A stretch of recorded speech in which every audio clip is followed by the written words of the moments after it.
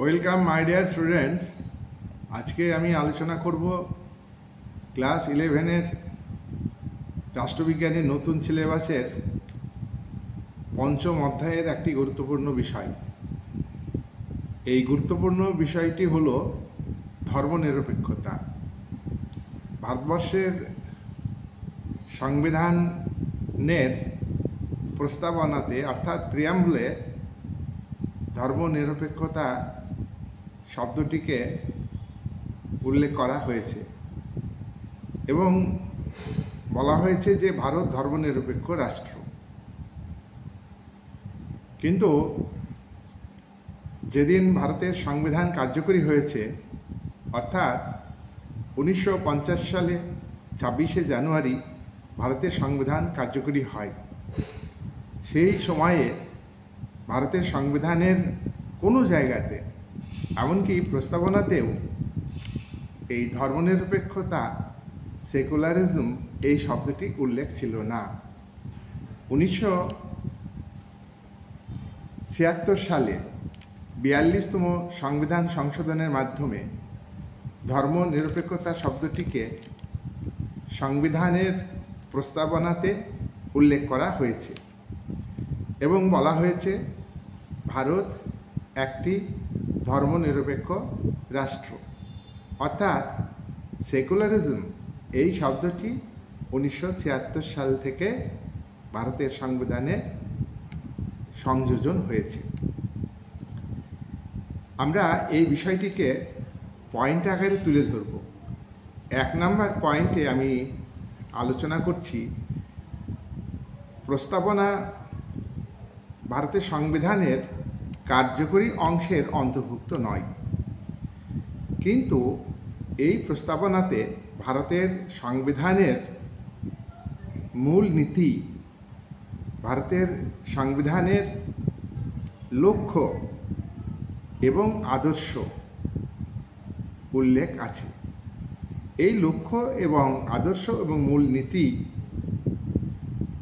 যেগুলি প্রস্তাবনায় উল্লেখ আছে তার মধ্য দিয়ে সংবিধানের ভিতরে যেসব বিষয় বিস্তারিত আলোচনা করা হয়েছে সেগুলির ইঙ্গিত বহন করে। দেখো, প্রস্তাবনাতে উল্লেখিত এই যে সেকুলারিজম, এই সেকুলারিজম বা ধর্মনিরপেক্ষ এটা খুব ভালো আদর্শ এবং এই আদর্শের বিকল্প কোনো বিষয় ভারতের ক্ষেত্রে প্রযোজ্য নয়। ভারত রাষ্ট্রের নিজস্ব কোনো ধর্ম নেই, আবার তাই বলে এটা বলা যাবে না যে ভারত ধর্মবিরোধী রাষ্ট্র। তাহলে আমরা প্রথম পয়েন্টে এইটুকুই আলোচনা করলাম। নাম্বার 2, 2 নম্বর পয়েন্টে আমরা বলবো, প্রথমে প্রস্তাবনায় সেকুলারিজম শব্দটি উল্লেখ না থাকলেও সংবিধানের পার্ট 3-তে অর্থাৎ ফান্ডামেন্টাল রাইটসের অধ্যায়ে ভারতের নাগরিকদের ধর্মীয় স্বাধীনতার অধিকারকে স্বীকার করা হয়েছে এবং বিস্তারিত আলোচনা করা হয়েছে। ধর্মীয় স্বাধীনতার অধিকার কত ধারায় উল্লেখ আছে? 25, 26, 27, 28 এই 4টি ধারাতেই ধর্মীয় স্বাধীনতার অধিকারের কথা উল্লেখ আছে। ভারতের প্রত্যেক নাগরিক তার বিবেক অনুযায়ী, তার ইচ্ছা অনুযায়ী যে কোনো ধর্ম গ্রহণ করতে পারবে, ধর্মীয় আচার আচরণ পালন করতে পারবে এবং ধর্মীয় বিষয়ে প্রচার করতে পারবে। আর ধর্মের ব্যাপারে আরও কতগুলি ব্যবস্থা আছে যেগুলি খুবই গুরুত্বপূর্ণ। তাহলে সংবিধানের প্রস্তাবনাতে প্রথমেই ধর্মনিরপেক্ষতা শব্দটি উল্লেখ করা না হলেও আমরা দেখছি সংবিধানের পার্ট 3-তে 3য় অধ্যায়ে 4টি ধারাতে 25, 26, 27, 28 এই 4টি ধারাতে ধর্মীয় স্বাধীনতার কথা উল্লেখ করা হয়েছে। এই ধর্মীয় স্বাধীনতার যে অধিকার ভারতের নাগরিকদের ক্ষেত্রে, এটা তো ধর্মনিরপেক্ষতার নিদর্শন কি, তাই তো? তাহলে ধর্মের ব্যাপারে ভারতের ইচ অ্যান্ড এভরিবডি, প্রত্যেক মানুষ স্বাধীন মতো ধর্ম প্রচার করছেন, স্বাধীন মতো ধর্ম আচরণ করতে পারছেন। সংবিধানের রচয়িতারা এই ধর্ম নিরপেক্ষতার আদর্শকে খুবই গুরুত্ব দেন। কেন দেন? যে ভারত বহু ধর্মের মানুষ। ভারত ভাগ হয়েছে ধর্মের ভিত্তিতে।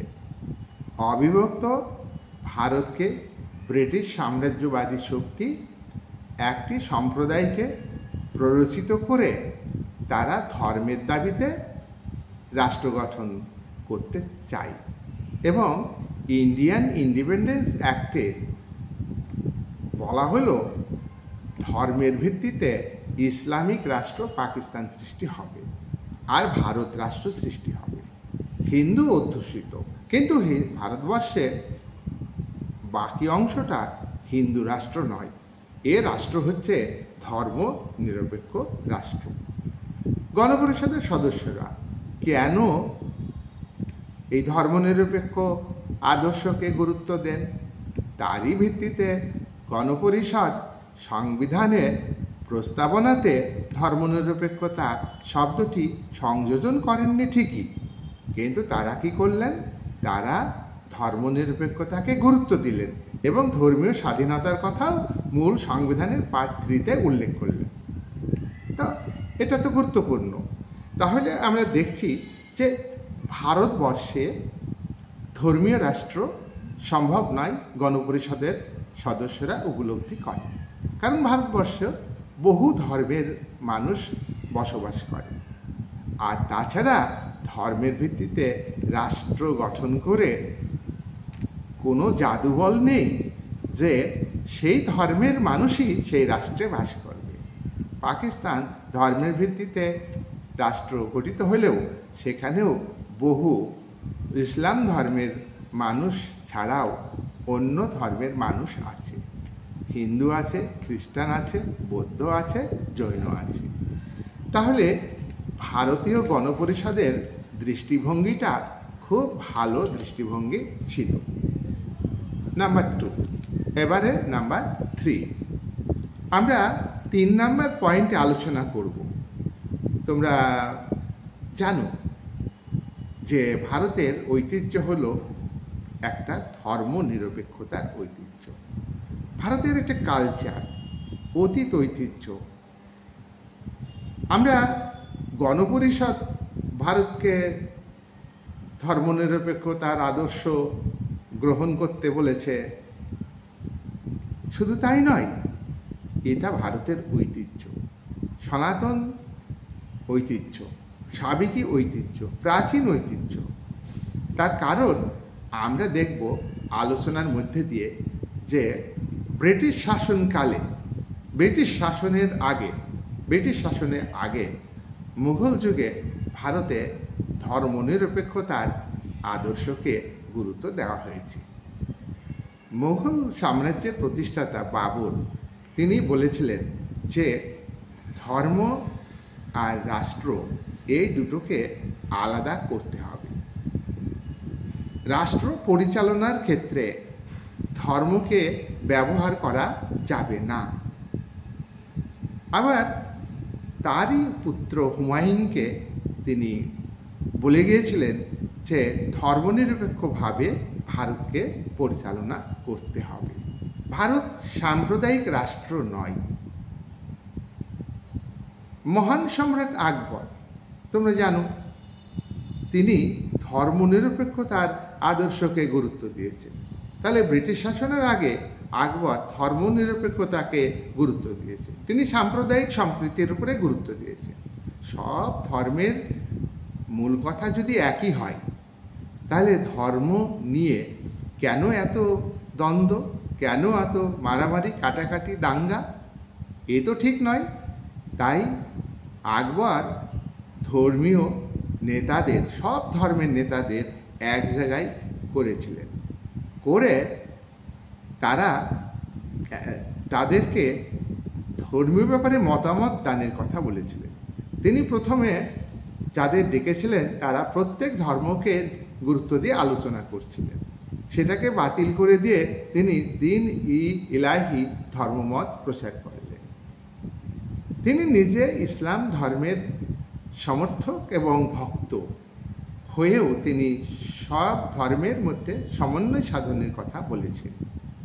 কোনো ধর্মই ছোট নয়, সব ধর্ম মধ্যেই মানবতা আছে, তাই মানব ধর্মকে তুলে ধরতে হবে। হিন্দু প্রজাদের আস্থা তিনি অর্জন করেছেন। আবার এটাও আমরা বলবো যে মোগল সম্রাটরা হিন্দুদের প্রতি উদারতা দেখিয়েছেন।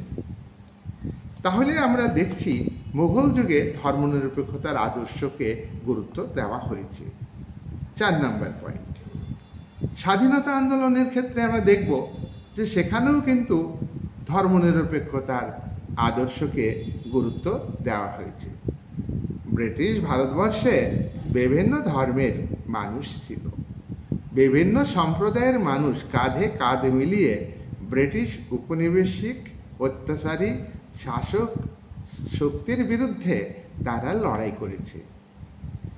তাহলে এখানে আমরা দেখছি ধর্ম নিরপেক্ষতার আদর্শ। গান্ধীজি ধর্মনিরপেক্ষতাকে গুরুত্ব দিয়েছেন। গান্ধীজি কংগ্রেসের নেতা হয়ে কংগ্রেসকে আলাদাভাবে মুসলমানকে বাদ দিয়ে আন্দোলন সংগঠিত করেনি। তিনি অসহযোগ আন্দোলনের সঙ্গে মুসলমান সম্প্রদায়কে যুক্ত করবার জন্যে মুসলমানদের প্রবর্তিত খিলাফত আন্দোলনকে সমর্থন করেন। খিলাফত কনভেনশনের সভাপতি হয়েছিলেন তিনি। এইভাবে অর্থাৎ হিন্দু মুসলমান উভয় সম্প্রদায়কে স্বাধীনতা আন্দোলনের, জাতীয় আন্দোলনের গুরুত্ব দিয়েছিলেন। আমরা লক্ষ্য করব 1942-এর আগস্ট আন্দোলনে মুসলিম লীগ এই আন্দোলনকে সমর্থন না করলেও বহু জাতীয়তাবাদী মুসলিম নেতা এবং সমর্থক তারা এই আগস্ট আন্দোলনকে সমর্থন করে। আমরা লক্ষ্য করব যে নেতাজি সুভাষচন্দ্রের যে আজাদ হিন্দ বাহিনী, সেই বাহিনীর সমর্থক ছিলেন, সেই বাহিনীর একজন অন্যতম নেতা ছিলেন ক্যাপ্টেন আব্দুর রশিদ, মোহন সিং, শাহনওয়াজ খান, লক্ষ্মী সাইগল।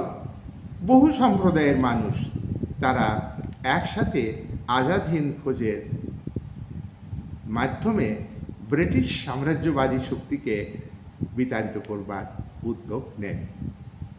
জওহরলাল নেহেরু, আবুল কালাম আজাদ, খান আব্দুল গফ্ফর খান, এরা মুসলমান হয়েও ভারতের জাতীয় সংগ্রামে ভারতের একটা জাতিকে গুরুত্ব দিয়েছিলেন। তারা হিন্দু মুসলমানের মধ্যে বিভাজন করেননি। তাহলে আমরা দেখছি যে ধর্মনিরপেক্ষ আদর্শটা খুবই ভালো, সব ধর্মের মানুষকে একই সূত্রে গেঁথে রাখে। 5 নম্বর পয়েন্টে আলোচনা করব গণপরিষদের যে সদস্য, সেখানে আমরা দেখব যে 389 জন সদস্য গণপরিষদ। তো অধিকাংশ সদস্যই কিন্তু ধর্মনিরপেক্ষ আদর্শকে গুরুত্ব দেন। কংগ্রেসের আদর্শ ছিল ধর্মনিরপেক্ষ আদর্শ।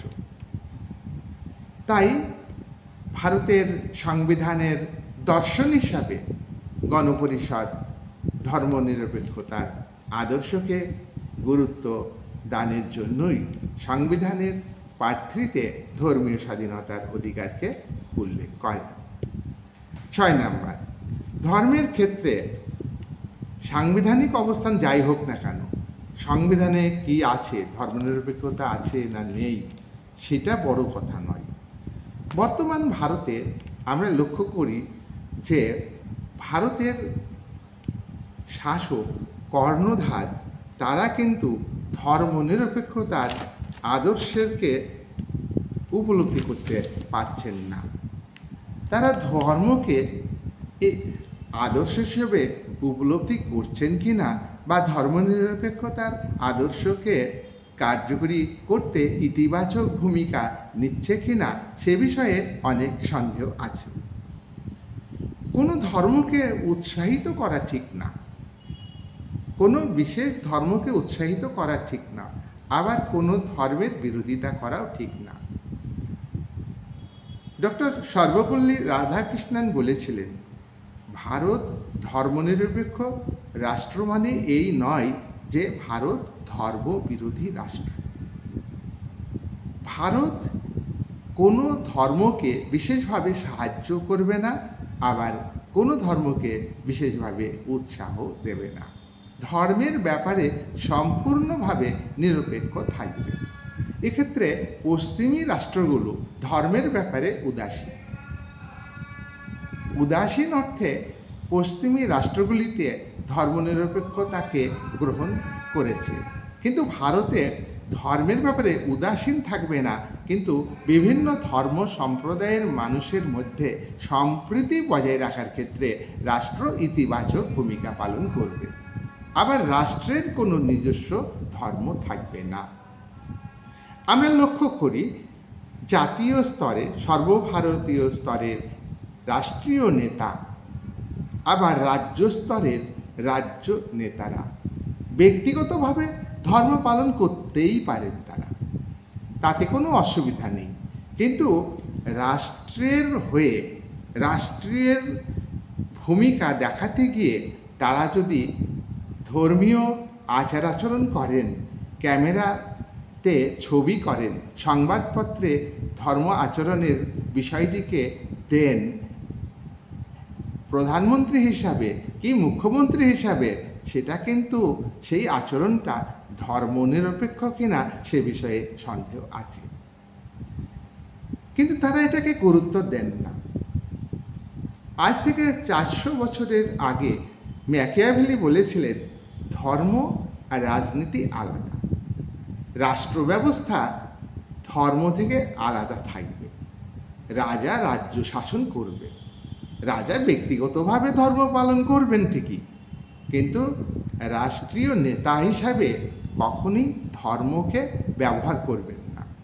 আর পোপের কর্তৃত্ব ধর্মীয় বিষয়ে, রাষ্ট্রের বিষয়ে নয়। আজকে 400 বছর পরেও ভারতবর্ষের শাসক শ্রেণী এবং বিরোধী এবং সমস্ত রাজনৈতিক দলই ধর্ম নিয়ে রাজনীতি করে। তাহলে কি করে ভারতে সেকুলারিজম প্রতিষ্ঠিত হবে? সেকুলারিজমের আদর্শ তো এগুলো নয়। ধর্ম ব্যক্তিগত ব্যাপার, মনের ব্যাপার, এটা আভ্যন্তরীণ বিবেকের ব্যাপার। যার যার ধর্ম সে পালন করবে। তো ধর্মীয় আচরণে রাষ্ট্র হস্তক্ষেপ করবে না, রাষ্ট্র হস্তক্ষেপ করবে না, আবার প্রত্যক্ষভাবে রাষ্ট্র ধর্মকে প্রচার করছে। সরকারি অনুষ্ঠানে, সরকারি প্রতিষ্ঠানে ধর্মীয় আদর্শকে গ্রহণ করা উচিত নয়, ধর্মীয় আচরণকে গুরুত্ব দেওয়া ঠিক নয়। কিন্তু আমরা লক্ষ্য করি সরকারি অনুষ্ঠানে নারকেল ভাঙা, শঙ্খ বাজানো এগুলো হয়ে থাকে। তাহলে এক্ষেত্রে যারা অন্য ধর্মের মানুষ, যাদের এই আচরণগুলি, এই ধর্মীয় আচরণগুলো বিশেষ একটা ধর্মীয় সম্প্রদায়ের আচরণ, এই আচরণটা সরকার যদি করে, সরকারি প্রতিষ্ঠানে এবং সরকারি অনুষ্ঠানে করে, উৎসবে করে, তাহলে অন্য ধর্মের মানুষের মধ্যে আশঙ্কা সৃষ্টি হয়। আর এছাড়া হলো ভারতের ধর্মনিরপেক্ষতার আদর্শও কিন্তু ক্ষুণ্ণ হয়। সরকারি শিক্ষা প্রতিষ্ঠানে, কলেজে সরস্বতী পুজো হয়, পুলিশ থানাতে কালী পুজো হয়। এগুলো ধর্মনিরপেক্ষতার আদর্শের সঙ্গে সঙ্গতিপূর্ণ, তা আমাদের মনে প্রশ্ন জাগে। আমাদের মনে হয় যে এগুলি করা ঠিক নয়। রাষ্ট্রের প্রধানমন্ত্রী, রাজ্যের মুখ্যমন্ত্রী ব্যক্তিগতভাবে ধর্ম পালন করুক, তাতে কোনো দোষ নেই, কিন্তু তারা দেবত্ব স্থানে গিয়ে ধর্মীয় আচরণ করে। অ্যাজ এ স্টেট লিডার, সরকারি লোক হয়ে এটা ধর্মনিরপেক্ষতার আদর্শকে ক্ষুণ্ণ করছে। ভারতের রাজনীতিতে এবং শাসন ব্যবস্থাতে আমরা এটা আকছার দেখতে পাচ্ছি। আবার অনেকে ধর্মের ব্যাপারে ভারসাম্য রক্ষার চেষ্টা করেন, অনেক লিডার বা নেতা। তাই আমরা লক্ষ্য করি রুমাল বেঁধে, মাথায় কাপড়ের ফেটটি বেঁধে ইফতার পার্টিতে হাজির হন। সব দেখে আমাদের মনে হয় ভারত ধর্মনিরপেক্ষ রাষ্ট্রের পরিবর্তে ধর্ম সাপেক্ষ রাষ্ট্রে পরিণত হয়েছে। ভারত রাষ্ট্র কোনো ধর্মকে উৎসাহ দিতে পারবে না যদি ধর্মনিরপেক্ষ রাষ্ট্র হয়। অথচ রাজনৈতিক দলগুলো, তারা তো ধর্মের ভিত্তিতেই রাজনৈতিক কাজকর্ম করে। যে নির্বাচন কেন্দ্রে ভোটার যে সম্প্রদায়ের বেশি, সেই কেন্দ্রে প্রত্যেকটা রাজনৈতিক দলই সেই সম্প্রদায়ের মধ্যে থেকে প্রার্থী দাঁড় করায়। এটা কি ধর্মনিরপেক্ষতার চিহ্ন? বামপন্থী, দক্ষিণপন্থী সব দলই এই কলঙ্কটা করে থাকে। ধর্মনিরপেক্ষতা আদর্শ নির্বাচনে তখনই কার্যকরী হবে যখন যে সম্প্রদায় সংখ্যালঘু, সেই সম্প্রদায়ের মধ্যে থেকে প্রার্থী দাঁড় করাতে হবে। কোনো পলিটিক্যাল পার্টি ভারতবর্ষের রাজনীতিতে এটা করে না। তাই এবং প্রত্যেকটা পার্টি, তারা কিন্তু ক্ষমতাসীন দল, বিরোধী দল, সব দলই কিন্তু ধর্মকে বেস করে, জাতপাতকে বেস করে তারা গোপনে প্রচার চালায়। তাদেরকে বিভ্রান্ত করে। সেই সব মানুষের মধ্যে যে ধর্মনিরপেক্ষতা মানসিকতা ছিল, সেটা নষ্ট করে দিচ্ছে পলিটিক্যাল পার্টিগুলো। 7 নম্বর পয়েন্ট, ধর্মীয় পরিস্থিতির ভিত্তিতে আমরা লক্ষ্য করি ভারত সরকার কি কেন্দ্রীয় সরকার কি রাজ্য সরকার সুবিধা দান করে। আবার ধর্মের ভিত্তিতে অনেকে বঞ্চিত হয়, যে এই ধর্মের মানুষ তারা রাষ্ট্রের কাছ থেকে এই সুযোগটা পাবে না, আর এই ধর্মের মানুষ তারা রাষ্ট্রের কাছ থেকে এই সুযোগগুলো পাবে। এটা কি ধর্মনিরপেক্ষতার প্রতীক? এই ভূমিকা কি সাম্প্রদায়িক ভূমিকা নয়? ধর্মনিরপেক্ষতার আদর্শকে একেবারে ক্ষুণ্ণ করছে এই ভূমিকার মধ্য দিয়ে। ক্ষমতায় টিকে থাকার জন্যে নির্বাচনে কোনো ধর্মীয় সম্প্রদায়কে তোষামোদ করা হয়, প্রয়োজনে উত্তেজিত করা হয়। আবার এও দেখা যায় সংখ্যাগরিষ্ঠ ধর্মের মানুষের সমর্থন আদায়ের জন্য সরাসরি ধর্মীয় প্রচার করে। হিন্দু, মুসলিম এই যে উচ্চারণগুলো রাজনৈতিক নেতৃস্থানীয় ব্যক্তিরা করেন, এটা কি ধর্মনিরপেক্ষতার উদাহরণ? না ধর্মনিরপেক্ষতাকে ক্ষুণ্ণ করছে, সাম্প্রদায়িক সম্প্রীতি নষ্ট করছে, না সাম্প্রদায়িক শক্তিগুলিকে, মৌলবাদী শক্তিগুলিকে উস্কানি দিচ্ছে? মৌলবাদী শক্তির কোনো ধর্ম হয় না, কোনো জাত হয় না।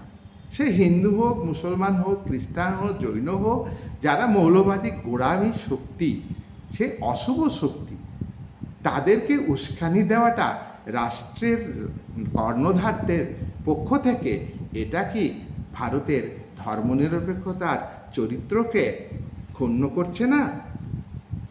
তাহলে আমরা লক্ষ্য করছি যে রাষ্ট্রীয় নেতাদের ধর্মনিরপেক্ষ হতে হবে।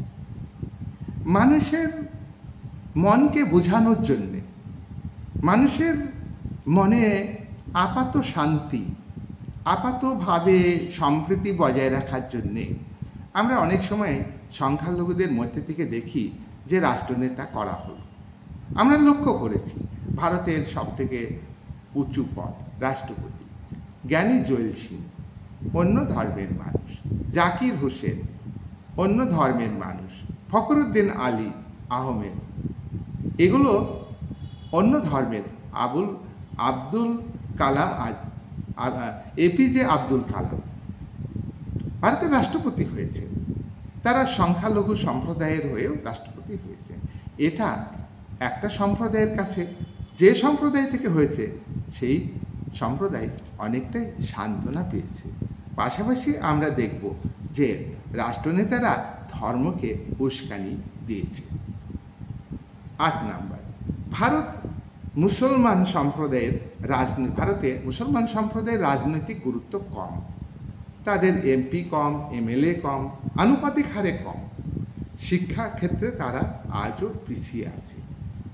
তবে তারা পিছিয়ে আছে ধর্মের ভিত্তিতে না বলে কারা পিছিয়ে আছে তাদের চিহ্নিত করে রাষ্ট্রের যথাযথ ভূমিকা নেওয়া উচিত। আইএস, আইপিএস এই সমস্ত ক্ষেত্রে আমরা দেখেছি সংখ্যালঘুদের স্থান খুবই কম। পিছিয়ে থাকলে সেই সম্প্রদায়ের মানুষ পিছিয়ে আছে এটা না বলে ভারতবাসী পিছিয়ে আছে, ভারতবাসীর একটা অংশ পিছিয়ে আছে সেটা বললেই ভালো হয়, কিন্তু তা বলা হয় না। তাহলে আমরা দেখছি তোষামোদ করা দরকার নাই, আবার অন্যায় আপোষ করাও দরকার নাই। প্রয়োজন কি ইতিবাচক নিরপেক্ষ দৃষ্টিভঙ্গি। 9 নাম্বার, ভারতের মতো বহু ধর্মের মানুষ আমাদের দেশে বাস করে। তাই আমরা একথা জানি, একথা আমাদের বিশ্বাস করতে হবে, মানতেও হবে। ধর্মনিরপেক্ষ তার আদর্শের বিকল্প কোনো আদর্শ ভারতে থাকতে পারে না। বর্তমান বিশ্বে কোনো দেশে একটি মাত্র ধর্মের ভিত্তিতে রাষ্ট্র চলতে পারে না। এমন একটা রাষ্ট্র কি বিশুদ্ধ একটা সম্প্রদায়ের মানুষ বসবাস করা সম্ভব? বলতো, তুমি দেখাও। তাহলে ওই ধর্মীয় কথা বলে, একটা জাদু বলে একটা রাষ্ট্রের উন্নতি করা এটাও কিন্তু সম্ভব নয়। তাই এটা নিয়ে শাসক গোষ্ঠী রাজনীতি করে। ধর্মের ভিত্তিতে পাকিস্তান গঠিত হয়েছিল, তোমরা জানো। কিন্তু সেই পাকিস্তান, পূর্ব পাকিস্তান কেন স্বাধীন হয়ে বাংলাদেশ হলো? একই ধর্মের ভিত্তিতে, ইসলামিক ধর্মের ভিত্তিতে ভারত ভাগ হয়ে পাকিস্তান হয়েছিল। তাহলে ধর্মের ভিত্তিতে দেশ গড়ে উঠলেও তা কিন্তু স্থায়িত্ব লাভ করে না। তার বড় প্রমাণ হচ্ছে পাকিস্তানের পূর্ব পাকিস্তান বাংলাদেশ রাষ্ট্রের আবির্ভাব। তাহলে দ্বিজাতি তত্ত্বের উপর যে ভিত্তি করে ভারত এবং পাকিস্তান ভাগ করা হলো, সেটা কি কার্যকরী হলো? দ্বিজাতি তত্ত্ব কার্যকরী হলো? হয়নি। 10 নাম্বার পয়েন্ট, প্রকৃত ধর্মনিরপেক্ষ স্টেট আমাদের গড়ে তুলতে হবে। তার জন্য কি করতে হবে? সাম্প্রদায়িক সম্প্রীতি দরকার। আমরা দেখি ভারতবর্ষের রাজনীতিতে 1949 সালে কংগ্রেস বাবরি মসজিদের দরজা খুলে আবিষ্কার হলো রামের মূর্তি, আবার বন্ধ হলো। 1986 সালে রাজীব গান্ধী সেই দরজা খুলে দিল। সেইটাকে কেন্দ্র করে আমরা দেখলাম 1992 সালে 6 ডিসেম্বর পরিকল্পিতভাবে কর সেবকরা, হিন্দু ধর্মের সমর্থকরা শাবল গাইতে দিয়ে ভেঙে ফেলল। সেখানে রামের মন্দির ছিল না বাবরের মসজিদ ছিল, সেটা বড় কথা নয়। গভর্নমেন্টের দায়িত্ব। 1992 সালে কল্যাণ সিং বিজেপির মুখ্যমন্ত্রী, কেন্দ্রে কংগ্রেস সরকার, শক্ত হাতে কি এই মসজিদের নিরাপত্তা বজায় রাখা যেত না? প্রশ্ন।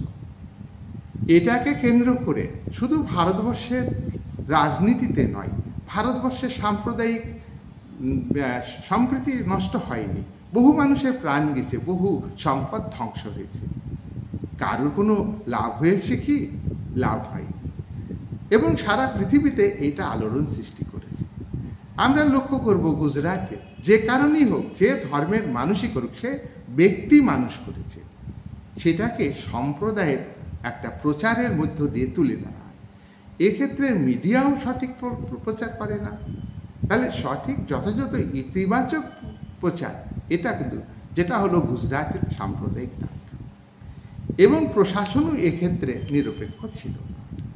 বেছে বেছে একটা সম্প্রদায়ের উপরে আক্রমণ হানা হয়েছিল। তাহলে প্রশাসন নিরপেক্ষ নয়। সবাইকে মানুষকে মানসিকতার দিক থেকে তৈরি হতে হবে। সে যে ধর্মের মানুষই হোক না কেন, মানসিকতা তৈরি করতে হবে, ধর্ম নিরপেক্ষ মানসিকতা। ধর্ম পালন করতে কেউ নিষেধ করছে না। আমরা লক্ষ্য করব, সুপ্রিম কোর্ট রায় দিল শাহবানু মামলাতে। গৃহবধূ শাহবানু সুপ্রিম কোর্ট রায়ে খোরপোশ পেল, সে এবং তার 2 ছেলে স্বামী আহমেদের কাছে। মৌলবাদীরা ধর্মের উপরে আঘাত মনে করে, ইসলাম মৌলবাদীরা তারা প্রচার তুলল যে আমাদের ধর্মের উপরে আঘাত হয়েছে।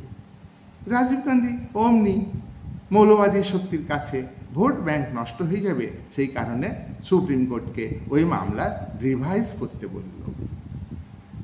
আমরা এই কথা জানি তত্ত্বগতভাবে, বিচার বিভাগ নিরপেক্ষ, এটা তত্ত্ব কথা।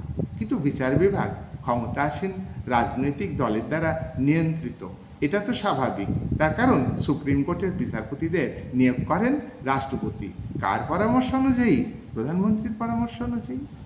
তাহলে মৌলবাদী শক্তির কাছে আমরা দেখি, যে মৌলবাদী শক্তি হোক, আজকে বিজেপি হিন্দু মৌলবাদী শক্তির কাছে মাথা নত করছে। আজকে ধর্মনিরপেক্ষ দল নামে ধর্মনিরপেক্ষ দল, তারা মৌলবাদী শক্তির সঙ্গে মাথা নত আপোষ করছে। বামপন্থী দল কেরালে 1977 সালে মুসলিম লীগের সঙ্গে আঘাত করছে। এ কোন রাজনীতি? এটা কোন ধর্মনিরপেক্ষতা? এইভাবে তো ধর্মনিরপেক্ষতা বজায় রাখা যায় না। তাই আমাদের প্রত্যেক রাজনৈতিক নেতাকে ধর্মীয় গোড়ামি থেকে আগে মুক্ত হতে হবে, তারপরে জনগণকে তারা মুক্ত করবে। কিন্তু তারা পরিকল্পিতভাবে কত ভোট বেশি পাবে সে বিষয়ে, কোন মৌলবাদী শক্তিকে সন্তুষ্ট করলে বেশি ভোট পাওয়া যাবে, কোন মৌলবাদী শক্তিকে সন্তুষ্ট রেখে কম ভোট পাওয়া যাবে, এই সব ভাবনা চিন্তা দিয়ে ধর্মনিরপেক্ষতার আদর্শকে বজায় রাখা যায় না, কার্যকরী যায় না। যাই হোক, শেষমেশ আমরা কিছু আলোচনার মধ্য দিয়ে কিছু পরামর্শ আমরা তুলে ধরব আজকের ভিডিওতে। 1 নম্বর আমাদের পরামর্শ, আমরা ছাত্র হিসাবে আমরা এটা শিখব। 1 নম্বর, সাম্প্রদায়িক সম্প্রীতি বজায় রাখার জন্য সুশিক্ষা প্রয়োজন, সংযম দরকার আর সহনশীল দরকার। ধর্মের ভিত্তিতে প্রত্যেক ব্যক্তিকে নিজেকে পরিচয় বহন করার দরকার নাই। আমার ধর্ম তো আমার মনের মধ্যে আছে, আর ধর্মের ব্যাপারে উস্কানি শুনে আমি উত্তেজিত হব, আমাকে সংযত হতে হবে। আউটফল নিটফল তো 0, তাহলে আমি এটা কেন করব? নাম্বার 2, সব ধর্মের সাম্প্রদায়িক শক্তিগুলিকে জনগণ থেকে বিচ্ছিন্ন করতে হবে। সব ধর্মের মৌলবাদী শক্তিকে জনগণ থেকে বিচ্ছিন্ন করতে হবে। ধর্মের নামে ভণ্ডামি, এই ভণ্ডামির মুখোশ জনগণের কাছে খুলে দিতে হবে। 3 নম্বর, এক সম্প্রদায়ের উৎসবে আর এক সম্প্রদায়ের মানুষ বা বিভিন্ন সম্প্রদায়ের মানুষ যদি অংশ নেয়, যোগ দেয়, তাহলে ধর্মনিরপেক্ষতার আদর্শ কিন্তু ফুটে উঠবে। 4, জনগণের মধ্যে ধারাবাহিকভাবে ধর্মনিরপেক্ষতার আদর্শ প্রচার করতে হবে। রাষ্ট্রের ভূমিকা এমনই হবে যে ধর্ম নিয়ে বেশি মাথা ঘামাচ্ছে না, বিজ্ঞান, প্রযুক্তি, সাহিত্য, জ্ঞান চর্চা এইসব নিয়ে ভাবছি। কে মুসলমান, কে হিন্দু, কে জৈন, কে বৌদ্ধ, এই ভাবনাটা তুলে দেওয়ার চেষ্টা করতে হবে। এই সাম্প্রদায়িক সম্প্রীতি রাখতে গেলে সম্প্রদায়ের আলোচনাটাই তুলে দেওয়া উচিত।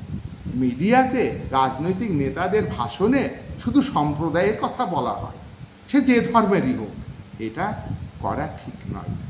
অপরাধীকে চিহ্নিত করতে হবে অপরাধমূলক কাজ দিয়ে, অন্যায়কারীকে চিহ্নিত করতে হবে অন্যায় করেছে সেই কাজ দিয়ে, কখনোই ধর্ম দিয়ে না, কখনোই সম্প্রদায় দিয়ে নয়। 5 নম্বর, গণমাধ্যমগুলি, রেডিও, টিভি, সংবাদপত্রগুলিকে দায়িত্বশীল ভূমিকা নিতে হবে। তাদের তো নিজে ধর্মনিরপেক্ষ হতেই হবে, তাছাড়া যথাযথভাবে তাদের নিরপেক্ষ দৃষ্টিভঙ্গি দিয়ে প্রচার করতে হবে। 6 নম্বর, প্রকৃত শিক্ষার মাধ্যমে জনগণের মধ্যে মানসিকতার পরিবর্তন করতে হবে। আর ধর্মীয় নেতাদের, ভণ্ডামীদের, গোঁড়ামিদের, মৌলবাদী শক্তিদের যে অপপ্রচার, সেটা কিন্তু দূর করবার চেষ্টা করতে হবে এবং মানুষের মনের মানসিকতা, মনের চেতনার উন্নতি করতে হবে। আর কি করতে হবে? আর হলো যে সরকারি অনুষ্ঠানে, সরকারি প্রতিষ্ঠানে, শিক্ষা প্রতিষ্ঠানে ধর্মভিত্তিক আলোচনা, ধর্মভিত্তিক প্রতিষ্ঠান, আচার আচরণ, এগুলো বাদ দিলে ভালো হয়। আর প্রত্যেকটা রাজনৈতিক দলকে ধর্মনিরপেক্ষ দৃষ্টিভঙ্গি, আদর্শ গ্রহণ করতে হবে। ধর্মের ভিত্তিতে প্রার্থী দাঁড় করানো, এটা কি মুখে ধর্মনিরপেক্ষতা কথা বললে কি ঢাকা যাবে? না, ঢাকা যাবে না। কেন্দ্র এবং রাজ্য সব সরকারকে ধর্মীয় সম্প্রদায়ের মানুষের, সব ধর্মের মানুষের মধ্যে সম দৃষ্টিভঙ্গি গ্রহণ করতে হবে, সম আচরণ, সম ব্যবহার করতে হবে। তারপরেও যদি মৌলবাদী শক্তি মাথা ঝাড়া দিয়ে উঠে, তাহলে কেন্দ্র এবং রাজ্য সরকারকে শক্ত হাতে দমন করতে হবে। 9 নম্বর, ভুল তথ্য প্রচার হয়, অপপ্রচার হয়, গুজব রটানো হয়, সাম্প্রদায়িক সম্প্রীতি নষ্ট করে। তাই প্রত্যেকটা মানুষকে ধর্মের ভিত্তিতে মানুষের ভেদাভেদ না করে, কেউ যদি ইনফরমেশন দেয় ভুল, সেটাকে বিচার করে দেখতে হবে। যাই হোক, সবশেষে আমরা এই কথা বলবো, ভিডিও বড় হয়ে গেল, যে ধর্মনিরপেক্ষতার আদর্শ ভারতবর্ষের রাজনীতি এবং শাসন ব্যবস্থার ক্ষেত্রে খুবই গুরুত্বপূর্ণ। এর বিকল্প কোনো কিছুই হতে পারে না। এই দেশের উন্নতি করার জন্য সব ধর্মের মানুষকে ধর্মের ভিত্তিতে বিচার করা যাবে না। জাতপাতের বিষয় সংবিধানের মধ্যেই আছে, জাতপাতের বিভাজন সংবিধানই করে দিচ্ছে, কিন্তু আমরা সাধারণ মানুষ, আমরা ছাত্রী হিসাবে ওই বিভাজনটাকে গুরুত্বই দেব না। তাই মুখে এবং সাংবিধানিক ব্যবস্থা, মুখে বড় বড় বক্তব্য, সাংবিধানিক ব্যবস্থা ধর্মনিরপেক্ষ, তাতে কিন্তু ধর্মনিরপেক্ষতার আদর্শকে বাস্তবায়িত করা যাবে না। যেভাবে বাস্তবায়িত করা যায় সেটা আমরা ছাত্রছাত্রী হিসাবে সেইটাই আমরা গ্রহণ করব এবং সেটাই আমরা মানব। এবং সাধারণ মানুষের মধ্যে অগণিত সাধারণ মানুষ যারা লেখাপড়া জানেন না, তারাই বেশি কিন্তু অসাম্প্রদায়িক, তারা কিন্তু সম্প্রদায়ের ভিত্তিতে লড়ে, তাদেরকে উত্তেজিত করা হয়, তাদেরকে সাম্প্রদায়িক সম্প্রীতি লঙ্ঘন করার ক্ষেত্রে নেতৃত্ব দেয় যারা সচেতন, যারা প্রত্যেক ধর্মের স্বার্থান্বেষী মানুষ, তারাই সাম্প্রদায়িক দাঙ্গা বাঁধায়।